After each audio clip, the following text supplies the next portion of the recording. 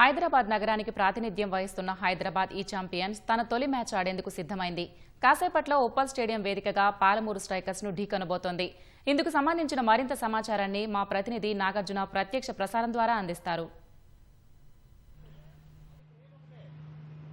టీ20లో మరొక ఈరోజు ఆసక్తికర పోరు సాగబోతుంది. ఈరోజు హైదరాబాద్ ఈ ఛాంపియన్స్ తమ తొలి మ్యాచ్ ఆడనుంది. దీంతో పాటుగా పాలమూరు స్ట్రైకర్స్ తోటి ఈరోజు తలపడనుండి ఇందుకోసం అన్ని విధాలుగా అస్త్రశస్త్రాలు సిద్ధం చేసుకుంది హైదరాబాద్ ఈ ఛాంపియన్స్.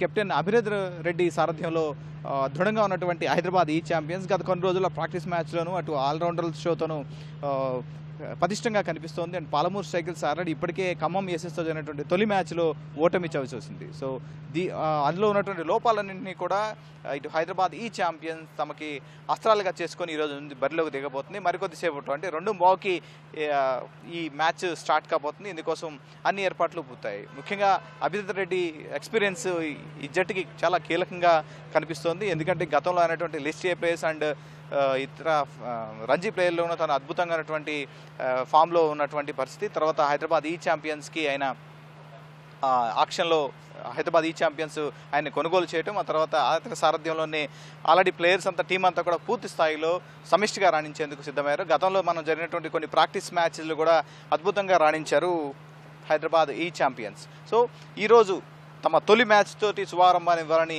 ఈ ఛాంపియన్స్ భావిస్తుంది. ముఖ్యంగా ఇందులో ఉన్నటువంటి ఆల్రౌండర్లు ప్రణవ్ వర్మ అండ్ అఖిల్ రాథోడ్, గణేష్ లాంటి ఆటగాళ్ళు, గణేష్ వీళ్ళంతా కూడా జెన్యూన్ ఆల్రౌండర్స్ ఉన్నారు. మ్యాచ్ని ఏ టైంలోనూ సరే మలుపు తిప్పగలటువంటి సామర్థ్యం కలిగినటువంటి. దాంతోపాటుగా యశ్వీర్ గౌడ్ రీసెంట్గా శ్రీలంక టూర్కి సెలెక్ట్ అయ్యారు. ఆ తర్వాత అభినద్ రెడ్డి కూడా అవసరమైన టైంలో పార్ట్ టైం బౌలర్ కూడా వ్యవహరించే అవకాశం ఉంది. ఎందుకంటే అద్భుతమైనటువంటి ఫామ్లో అభినద్ రెడ్డి ఉన్నాడు. ఆ తర్వాత యశ్వీర్ గౌడ్ కూడా బ్యాటింగ్లో ఇరగదీస్తున్నాడు. తర్వాత ఆల్రౌండర్లు ప్రణవ్ వర్మ అండ్ అఖిల్ రాథోడ్ అండ్ గణేష్ లాంటి ఈ కీలకమైనటువంటి ఆల్రౌండర్ల జట్టుకి ఎంతో బలంగా కనిపిస్తోంది. సో ఈరోజు ఆల్రెడీ పాలమూరు స్ట్రైకర్స్ మొదటి మ్యాచ్లో ఖమ్మం ఏసెస్ తోటి తలపడి ఓటమి చవి చూసింది.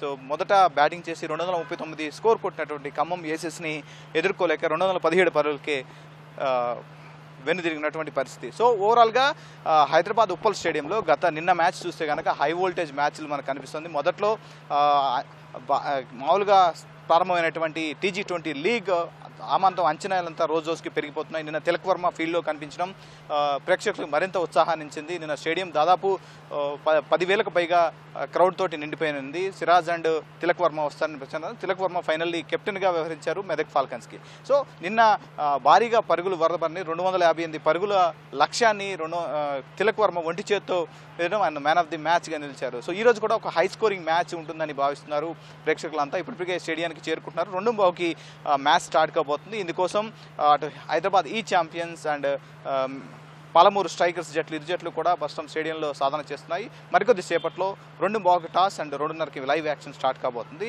సో హైదరాబాద్ టైటిల్ ఫేవరెట్గా బరిలోకి దిగి తొలి మ్యాచ్లో విజయం సాధించి శుభారంభాన్ని ఇవ్వాలని భావిస్తోంది. ఓటు